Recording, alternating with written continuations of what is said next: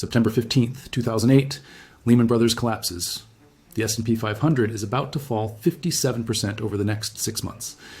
And silver crashes from $19 per ounce in February to $9 by October, a 53% collapse. Devastating. Total wipeout for anyone who panic sold. Except one type of silver position didn't just survive. It multiplied 5 times over the next 3 years. March 2020, COVID panic hits. Markets freeze. Silver plummets 40% in 3 weeks, from $18 to below $12. Another wipeout. Except that same position, it doubled within 5 months. 2022. The Fed launches the most aggressive rate hike cycle in 40 years. 7 rate hikes, 0 to 5.5% in 18 months. Silver collapses 30% from $26 to $18. Another bloodbath. But that same position, it recovered and surpassed previous highs within 18 months. 3 crises, 3 different causes, 3 total market meltdowns. And one silver position survived all 3. Not just survived, thrived, made money, made. While paper positions got annihilated, while mining stocks got obliterated, while leveraged traders got margin called into oblivion, this position quietly accumulated gains through every crash. Let me show you exactly which 3 positions existed through 2008, 2020, and 2022, how they performed in each crisis. Why 2 got destroyed and 1 dominated, and what that pattern tells you about the next crisis, which, based on current market conditions, might already be starting. Because if you're holding silver wrong right now, the coming crash will wipe you out. But if you're positioned correctly, like the survivors from 2008, 2020, and 2022, the next crisis could be the trade of your lifetime. Start with 2008. Because this was the big one, the financial crisis that nearly destroyed the global banking system. And it absolutely crushed silver. Let's look at exactly what happened to all 3 positions. Position 1 was physical silver, coins, bars, bullion, the stuff you can hold in your hand. In August 2007, 4 months before the recession officially started, silver traded at $11.95 per ounce. By December 2007, it had jumped to $14.76. Investors were getting worried. They were buying physical. By February 2008, silver peaked at $19.24. Then the collapse. By October 2008, when Lehman fell and panic peaked, silver hit $9.09. That's a 53% crash from the February high. But here's what matters. If you held physical silver through that crash, if you didn't panic sell at $9, what happened next? By June 2009, when the recession officially ended, silver had recovered to $13.94 for SARS. That's a 53% gain from the October low in just 8 months. Then the real move began. By April 2011, silver hit $48.70. If you bought physical at $9.09 in October 2008 and held until April 2011, you made 435%. Not $435, 435%. 5 times your money in 2.5 years. Now you might be thinking, okay, but who has the discipline to hold through a 53% crash? And that's exactly the point. Physical silver forces discipline. You can't margin call physical silver. You can't get liquidated. You just hold the metal. And if you hold long enough, it recovers. Then it explodes. But wait, there's a critical detail nobody talks about. During the crash, physical premiums spiked. American Silver Eagles, which normally traded $2 over spot, were selling for 80% premiums in fall 2008. That means when spot silver hit $9, physical coins were selling for over $16. The physical market disconnected from paper prices because demand for physical exploded while supply tightened. If you owned physical, you could have sold at $16 while paper silver traded at $9. Physical holders had optionality. Paper holders had panic. Position 2 was silver mining stocks, companies that dig silver out of the ground. And in 2008, they got obliterated. When the S&P 500 fell 57% from October 2007 to March 2009, silver miners fell even harder. The stock market crashed. Credit froze. Mining companies couldn't access capital. Projects got canceled. Exploration stopped. And share prices collapsed. Here's the brutal part. Even after silver recovered and went to $48 by 2011, most silver mining stocks never recovered to their pre-2008 levels. Why? Because mining is a business. Businesses need credit, banks stopped lending, costs exploded, energy prices spiked, labor costs rose, environmental regulations tightened, and profit margins compressed. Silver went up 435% from the 2008 low. But miners? Many still traded below their 2008 peaks because costs rose faster than silver prices. Some miners went bankrupt, others got acquired at distressed prices. A few survived, but shareholders got diluted through emergency capital raises. If you held silver mining stocks through 2008, even if you diamond-handed through the crash, you likely underperformed silver itself. Mining stocks gave you leverage on the way down, and they gave you operating risk on the way back up. That's not a winning combination. Position 3 was silver ETFs and paper contracts, exchange-traded funds like SLV, futures, derivatives, the easiest way to get silver exposure, and in 2008, they worked, mostly. SLV launched in 2006. It's designed to track the silver spot price. When silver crashed 53% in 2008, SLV crashed 53%. When silver recovered, SLV recovered. Simple, right? Except for the fees. SLV charges 0.50% annually. Over time, that compounds. More importantly, SLV doesn't give you optionality during supply squeezes. When physical premiums spiked to 80% in 2008, SLV holders got spot price, physical holders got 80% premiums. That's the difference. Physical captures supply squeezes, paper doesn't. And here's the part that should terrify you. SLV holders depend on JP Morgan. JP Morgan is the custodian. They hold the physical silver backing SLV shares. But do they really hold it? In March 2020, when silver demand exploded, SLV temporarily stopped creating new shares because they couldn't source physical silver fast enough. If the custodian can't deliver metal, what exactly are you holding? A claim on silver, not silver, a promise, and promises break during crises. So in 2008, physical silver won. It crashed 53%, but it recovered 435%. It captured physical premiums during the squeeze, and it forced holders to ride through volatility instead of getting stopped out. Mining stocks lost. They crashed harder and recovered slower. ETFs, they worked, but they underperformed physical due to fees and missed the premium spike. One position dominated. Let's see if the pattern holds in 2020. March 2020, COVID hits, global lockdowns, economic collapse, liquidity crisis, and silver crashes 40% in 3 weeks, from $18 in early March to $11.75 by March 18th. But this crash was different. This wasn't a financial crisis. This was a supply shock, mints closed, refiners shut down, transportation froze, and physical premiums exploded instantly. Okay, quick pause here. Before we get into how each position performed in 2020, let me ask you something. If you were holding silver in March 2020, watching it crash 40% while the world was ending, would you have sold? Be honest, because most people did. Retail investors panic sold at the bottom, then watched silver double over the next 5 months while they sat in cash. This pattern repeats every crisis, which is exactly why understanding which position survived matters. Now let's see what happened. Position 1, physical silver. When COVID hit and silver crashed to $11.75, something unprecedented happened. Physical supply vanished. U.S. Mint suspended Silver Eagle production. The Royal Canadian Mint couldn't keep up. Dealers ran out of inventory, and premiums went insane. Silver Eagles that normally sold for $2 to $3 over spot were selling for $10 to $15 over spot. Some dealers charged $23 for a coin when spot silver was $12. That's an $11 premium, 92% over spot. If you held physical silver in March 2020, you had two options. Sell at massive premiums while everyone panicked, or hold and ride the recovery. Either way, you won. Because the physical market disconnected from paper. Spot silver said $12. Physical coins sold for $23. Paper traders got crushed. Physical holders printed money. Then the recovery. By August 2020, just 5 months later, silver hit $29. That's a 146% gain from the March low of $11.75. If you bought physical in March, even paying $15 premiums for $12 silver, meaning $27 all-in cost, you broke even by July and went green by August. Physical silver survived the crash, captured the premium spike, and rode the recovery to 146% gains in 5 months. Position 2, silver mining stocks. They got destroyed. Again. When global markets crashed in March 2020, silver miners fell with them. The Global X, Silver Miners ETF, ticker SIL, fell 60% in 3 weeks. 60%, silver fell 40%, miners fell 60%. That's negative leverage. The thing you're supposed to get rewarded for in mining stocks, leverage to the metal price, worked brutally against you on the downside. Mines shut down due to COVID. Workers couldn't travel. Smelters closed. Production stopped. Revenue disappeared. And share prices collapsed. Some companies faced bankruptcy. Others suspended dividends. Many raised capital through dilutive equity offerings at depressed prices. Existing shareholders got wiped out, not by the metal price, by operational risk. And here's the tragic part. When silver recovered from $11.75 to $29, a 146% move, miners should have exploded higher, right? Leverage works both ways, except it didn't.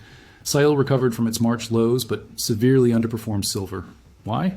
Because operating costs spiked. COVID protocols, safety measures, reduced productivity, higher wages, supply chain chaos, margins compressed even as silver prices rose.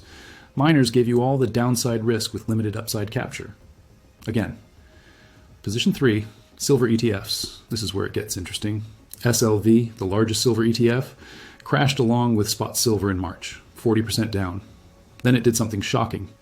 In April 2020, SLV suspended new share creation. They couldn't source enough physical silver to create new shares. Demand was too high, supply too constrained. For weeks, SLV traded at premiums to its net asset value because new shares couldn't be created. What does that tell you? The physical market was so tight that even a $16 billion ETF backed by JP Morgan couldn't get metal. Think about that. If JP Morgan, one of the most powerful banks in the world, with vaults full of silver, couldn't source enough metal to meet ETF demand, what happens to smaller buyers? They get priced out. This is the fragility of paper silver. It claims to be backed by physical, but when supply tightens, the backing becomes questionable. SLV eventually recovered along with spot silver. It hit $29 in August, just like physical.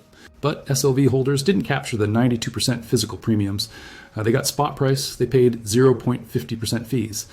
And they faced counterparty risk when share creation got suspended. Physical dominated again, so in 2020, physical silver 1 crashed 40%, captured 92% premiums, recovered 146% in 5 months. Miners lost, crashed 60% with operational chaos. ETFs, they worked. But they underperformed physical and revealed structural weakness when supply tightened. The pattern is holding. Now let's test it against 2022. 2022 was different. This wasn't a financial crisis, wasn't a pandemic. This was monetary policy. The Federal Reserve launched the most aggressive rate hike cycle in 40 years. 7 rate hikes in 12 months. 0 to 5.5%. The fastest tightening since Volcker in the 1980s. And silver got crushed. In April 2022, silver traded around $26 per ounce. By September, it had collapsed to 18, a 30% decline in 6 months. Why? Because higher interest rates make non-yielding assets like silver less attractive. Bonds started paying 4 to 5%. Why hold silver that pays nothing when you can get 5% risk-free? Money flowed out of silver into treasuries. Spot prices fell, and everyone predicted silver was done. Except, same pattern. One position survived. Position 1, physical silver. When silver crashed from $26 to $18, physical premiums stayed relatively stable. Silver Eagles still commanded $3 to $5 premiums. Why? Because physical buyers don't care about short-term interest rate differentials. They're buying insurance, inflation hedge, a long-term store of value. When silver hit $18, physical demand surged. People backed up the truck. Retail investors, seeing silver 30% off recent highs, bought aggressively. Mints couldn't keep up with demand. The Silver Institute reported that physical investment in coins and bars jumped 18% in 2022, reaching a record 329 million ounces. Record. During a year when silver prices fell 30% and interest rates rose 5%, physical demand hit all-time highs. Why? Because physical buyers understand the game. They buy when prices crash. They accumulate when sentiment is bearish. They don't trade. They stack. And what happened next? By May 2023, silver started recovering and climbed back to $26 by May 2024, erasing the entire 2022 decline. Then it exploded. By December 2025, silver hit 64 to 66, an all-time high. If you bought physical at $18 in September 2022, you're up 259% in 27 months. Physical silver survived another crisis, and it crushed performance on the recovery. Again. Position 2, silver mining stocks. Terrible. Again. When silver fell from $26 to $18, miners got destroyed by rising costs. Remember, 2022 was an inflation surge. Energy prices spiked, labor costs exploded, equipment got more expensive, and silver miners operate on thin margins. When silver falls 30% and costs rise 20%, margins get obliterated.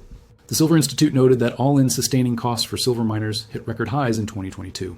Many miners operated at break-even or losses even when silver averaged $21 for the year. Some suspended operations. Others cut exploration budgets. Dividend yields collapsed. Share prices fell 40 to 50%. Worse than silver itself. Negative leverage. Again. And here's the part that kills mining stock investors. Even when silver recovered and hit $64 in December 2025, miners severely lagged. Why? Because costs kept rising. Energy, labor, regulations, environmental compliance, margins compressed even as silver tripled from the 2022 lows. Miners gave you all the downside, limited upside, and constant operational risk. Third crisis, third failure. Position 3, silver ETFs. In 2022, SLV and other silver ETFs tracked spot prices down 30%, from 26 to 18. Then they tracked the recovery back up. Simple, right? Except for a critical development. In 2022, physical investment hit records while ETF holdings declined. Why? Because investors started realizing that physical captures supply squeezes and paper doesn't. When premiums spike, physical holders profit. When supply tightens, physical gives you optionality. When custodians suspend share creation like SLV did in 2020, you realize you're holding a derivative, not an asset. The smart money started shifting from ETFs to physical, and that trend accelerated in 2023 and 2024. By 2025, physical investment continued hitting records while ETF inflows moderated. The market is learning. Paper is convenient, physical survives. All right, let's step back. 3 crises, 2008, 2020, 2022. 3 different causes. Financial collapse, pandemic, monetary tightening. And the same pattern every time. Physical silver crashes, but recovers stronger. Captures premiums during squeezes, forces discipline. Survives counterparty risk. Mining stocks crash harder, recover slower.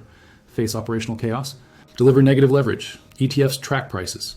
Miss premiums, carry fees. And reveal structural weakness during supply stress. One position dominated 3 times. Physical silver, not because it didn't crash. It did. Down 53% in 2008, down 40% in 2020, down 30% in 2022, but because it forced holders to ride through volatility. Because it captured supply premiums when paper markets broke. Because it delivered on recoveries that made the crashes irrelevant. 435% after 2008, 146% after 2020, 259% after 2022. Now, here's the question you need to ask yourself. Which position are you holding right now? Because based on current market conditions, December 2025, we might be entering the 4th crisis. Silver just hit 64.66, an all-time high. The dollar is collapsing, down 10.7% in the first half of 2025. The Fed just cut rates for the 3rd time. Structural deficits continue for the 5th consecutive year. China restricted silver exports starting January 2026. COMEX inventories fell 88% from 2021 levels. The setup is unprecedented. Up. And when the next crisis hits, and it will, whether it's a banking crisis, a debt crisis, a currency crisis, whatever form it takes, the same pattern will repeat. Mining stocks will crash hardest. ETFs will track spot prices and miss premiums. And physical silver will force discipline, capture supply squeezes, and deliver outsized returns to those who hold through the volatility. But here's what nobody's telling you. The next crisis might be different in one critical way. It might break the paper market completely. Why? Because supply is tighter than it's ever been. 5 years of structural deficits. Industrial demand at record highs. Solar, EVs, electronics consuming 680 million ounces annually. Mine production flat at 813 million ounces. China restricting exports. COMEX registered inventories at 47 million ounces, down from 400 million. There's no buffer left. When the next panic hits, when everyone tries to buy physical simultaneously, what happens? Mints run out. Dealers run out. Premiums don't spike to 80 or 90% like 2008 and 2020. They spike to 200%, 300%. Or physical becomes unavailable at any premium because the supply is gone, consumed. And paper contracts that claim to be backed by silver discover there's not enough metal to deliver. This is the scenario physical holders are positioned for and paper holders are exposed to. Let me show you what I mean. In 2008, physical premiums hit 80% when silver crashed to $9, but supply came back. Mints resumed production. Premiums normalized. In 2020, premiums hit 92% when silver crashed to $12, but supply came back. Mints reopened. Premiums fell. Those were temporary supply disruptions. What if the next disruption is permanent? What if there's literally not enough physical silver above ground to meet demand? The Silver Institute projects supply will only meet 62 to 70% of demand by 2030. That's a 30 to 38% shortfall. Structural? Permanent? When that reality hits paper markets, when futures holders demand delivery and COMEX can't deliver, when ETFs suspend share creation and can't restart because metal doesn't exist, paper silver crashes. Physical silver explodes, the divergence becomes absolute, and the survivors will be those holding metal, not promises. Now, here's the uncomfortable truth. Most people reading this are holding silver wrong. You're in mining stocks because you want leverage. You're in ETFs because they're convenient. You're trading paper because it's easy. And when the next crisis hits, you're going to experience exactly what happened in 2008, 2020, and 2022, except worse. Because the supply situation is exponentially tighter, the physical disconnect will be larger, and the paper losses will be permanent. Look, I'm not here to tell you what to do. This isn't financial advice. I'm showing you patterns, historical precedent. 3 crises, 3 outcomes, 1 winner. You decide how to position. But if I've learned anything from studying 2008, 2020, and 2022, it's that the market rewards those who hold real assets through volatility and punishes those who hold convenient proxies. Physical is hard. It's expensive. It's illiquid. It requires storage, but it survives. Everything else doesn't. Before we close, there's something critical you need to understand. We've talked about which silver positions survived 2008, 2020, and 2022. We've shown that physical dominates, miners fail, and ETFs underperform. But we haven't talked about the elephant in the room. Who controls the physical silver supply that survivors will be holding? Because in the next crisis, control matters more than ownership. Supply concentration determines who sets prices, who decides when metal comes to market, who benefits when premiums explode. I've got a video on this channel that breaks down exactly who controls the world's silver supply. Not the miners, not the ETFs, not even the governments. The entities that hold massive physical stockpiles, the refiners controlling metal flow, the exchanges managing deliverable inventory, and the silent accumulators whose positions are so large they can influence or even manipulate markets. When you understand that concentration, when you see how few players control how much metal, the silver market looks completely different. Watch that next. Because understanding which position survives crashes is step 1. Understanding who controls the supply is step 2. And when you combine those insights, you'll see why the next crisis isn't just another volatility spike. It's the moment the paper market breaks and physical disconnects permanently. 3 crises, 3 patterns, 1 winner. Physical silver survived 2008, 2020, and 2022 while mining stocks and ETFs failed. The question is whether you're positioned for the 4th crisis, or whether you're holding paper promises that will evaporate when the next squeeze hits. Find out who controls the supply. Now watch the next video, because the survivors aren't just those who hold physical. They're those who understand the control structure behind the market itself.